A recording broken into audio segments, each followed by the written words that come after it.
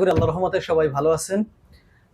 আপু আসছিল আমাদের এখানে, তার জীবনে কিছু কথা বলবে।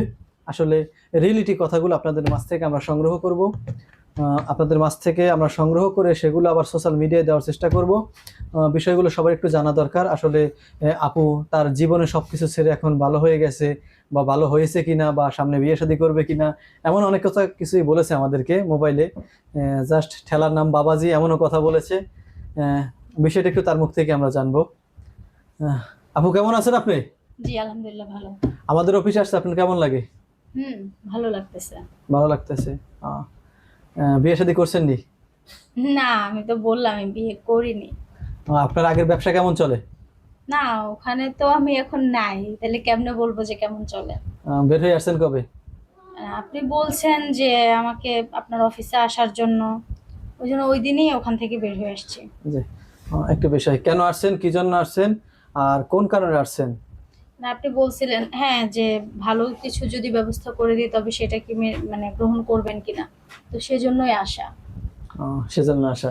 হুম। আচ্ছা, মূলত এখন আমি যে উদ্দেশ্য নিয়ে আপনাকে বলছি সেটা হলো, যদি এমন কোনো একটা ছেলে আসে আপনার জীবনে যে আপনাকে বিবাহ করবে, বা ওই জগৎ থেকে ফিরিয়ে আনবে, ভালোর পথে ডাকবে, বা সুন্দরভাবে রাখবে, উম, খাবারের জন্য তো ফেরের দেয়, তো এই কাজগুলো করেন নাকি না অন্য কোনো বাড়িগিরি করবেন এর জন্য? না, প্রত্যেকটা মানুষেরই সবকিছুর একটা কারণ থাকে। যেমন পরিবার আছে, আমার আমার পরিবারকে কে দেখবে আমি যদি এখন বিয়ে করে ফেলি? আপনার যে বিয়ে আপনাকে করবে সে তো আপনার আপনার পুরো পরিবারকে দেখবে না। এটা কি সে সম্ভব, আপনিই বলেন। না, সেজন্য তো আর কি বিয়েও করিনি এতদিন।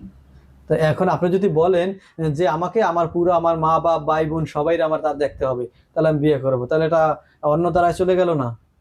না, একটু হলেও দেখতে হবে, কারণ আমি ছাড়াও তাদের কেউ নাই। And যদি একজন হয় যে ভাই একজন আছে, একজনকে একটু দেখা যায়, কিন্তু সবাইকে তো দেখা সম্ভব না। না, সবাই বলতে কি, আছে তো শুধু আমার মা বাবা। হ্যাঁ। তা আপনার আরো ভাই বোন আছে না?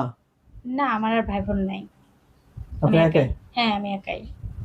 আহ, তা এখানে মূল উদ্দেশ্য হলো যে আপনার মা বাবাকে দেখার জন্য আপনি এই কাজগুলো করতেন, আর আপনি নিজে চলার জন্য। হ্যাঁ, আর ভালো কাজেও অনেকবার যাওয়া হয়েছে, চাকরির জন্য যাওয়া হয়েছে, মানে সবকিছুই চেষ্টা করা হয়েছে কম বেশি, কিন্তু কোনোটাই হয়নি। ওই যে বললাম না, আরো অনেকে আসছিল, বলছিল ভালো কিছু ব্যবস্থা করে দিবে, কোনোটাই করেনি। আচ্ছা, বিষয় হলো আপনি লেখাপড়ার যোগ্যতা কতটুকু? লেখাপড়া ওই তো বললাম না, যখন স্কুলে পড়তেছি তখন তো আমাদের নাইন টেনে পড়তেছেন বললেন। আহ, আচ্ছা, তারপর তো আর লেখাপড়া হয় নাই। এখানে থাকলে আবার লেখাপড়া করা যায় নাকি? জি। আচ্ছা, এখন আমি যদি এরকমের কোনো মানুষ পাই যে আপনার বাবা মাকে দেখবে, তাহলে হয়তো সম্মানিত বন্ধুরা আমাকে ইমেল করে যোগাযোগ করতে পারেন আমার সাথে। পেজে আমাদের ইমেল নাম্বার দেওয়া আছে।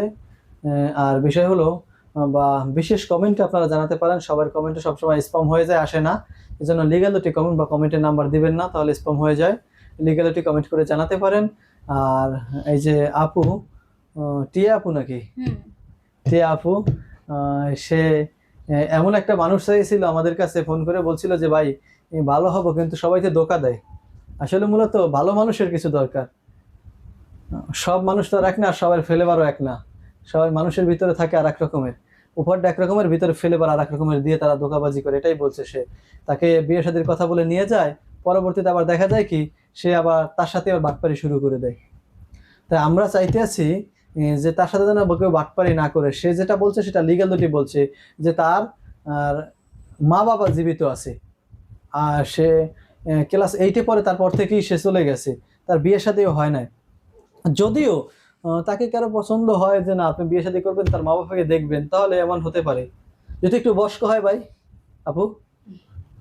আসলে বয়স তো কোনো ব্যাপার না, মনটাই সব। মানুষ ভালো হওয়াটা আসল, বয়স দিয়ে কি হয়? বয়স তো সবারই মানে ধীরে ধীরে, আমরা বললাম বাড়তে থাকে, বাড়ে না, ওটা কমে যায়। যত সামনের দিকে যাচ্ছি আমরা তত নিজেদের বয়স আমাদের কমে আসতেছে। বয়স কোনো ব্যাপার না। আচ্ছা, বয়স যেহেতু কোনো ফ্যাক্টর না, তাহলে ইনশাল্লাহ আমরা 40, 45 বা 50-এর ভিতর হলে কোনো সমস্যা হবে না আপনার? আসলে আমি তো একদমই আনমেরিড, তো ওইটা একটু বেশি হয়ে যায়।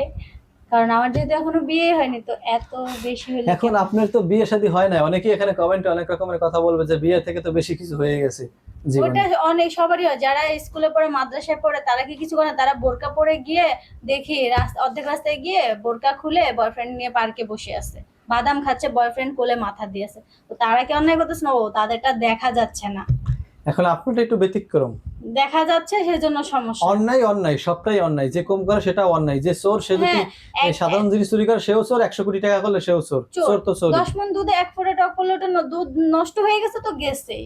এখন হ্যাঁ। টক 1 ফোঁটার ব্যাপার না, এখন কথা হচ্ছে তারা একটু অন্যায় করে একজনের সঙ্গে বা দুজনের সঙ্গে করে, আমরা বেশি করি, বিষয়টা এরকম না। একই তো কথা হলো।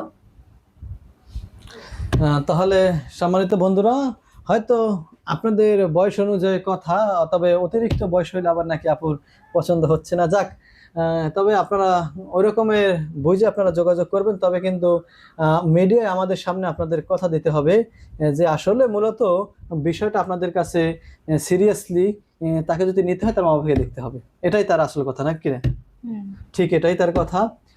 আরেকটি বিষয় হলো, সে বিয়ে শাদী করলে কি নামাজ রোজা করবেন, পর্দায় চলবেন, অবশ্যই স্বামীর সংসারে তো মানুষ ওইভাবেই থাকে। না রাগারাগি করে আবার আগের জীবনে ফিরে যাবেন? না, আমার আবার রাগ নাই। না, অনেক সময় দেখা যায় না যে সংসারের ভিতরে একটু কাজে লাগলো, বলে না বেটা তোর থেকে আমি আগে বেশি টাকা কামাইতাম, তোর থেকে আমি বেশি টাকা আমি আগে ভালো ছিলাম, আমি এখন ওই ওটা তো জগতে চলে ঝগড়া যাবো। লাগলে বলবে, স্বাভাবিক। এখন এই কথা বলে আবার চলে গেলেন, তাহলে আরেকটা ভেজাল হয়ে গেল না? না, এরকম কি কেউ করে? সবাই কি করে? তাহলে এত কিছু করার কি দরকার? ঠিক আছে, তাহলে আমরা দেখি এমন কোনো লোক পাওয়া যায় কিনা, ইনশাল্লাহ তাহলে আপনাকে জানাবো। হুম। ঠিক আছে, সবাই ভালো থাকবেন, সুস্থ থাকবেন, বোনটির জন্য দোয়া করবেন। আল্লাহ যেন আমাদের সবাইকে এই বোনটির মতো একজন মানুষ হিসেবে কবুল করে নেয়। আরেকটা বিষয় একটু জানা দরকার, সেটা হলো যে অনেক মানুষ দূর দূর থেকে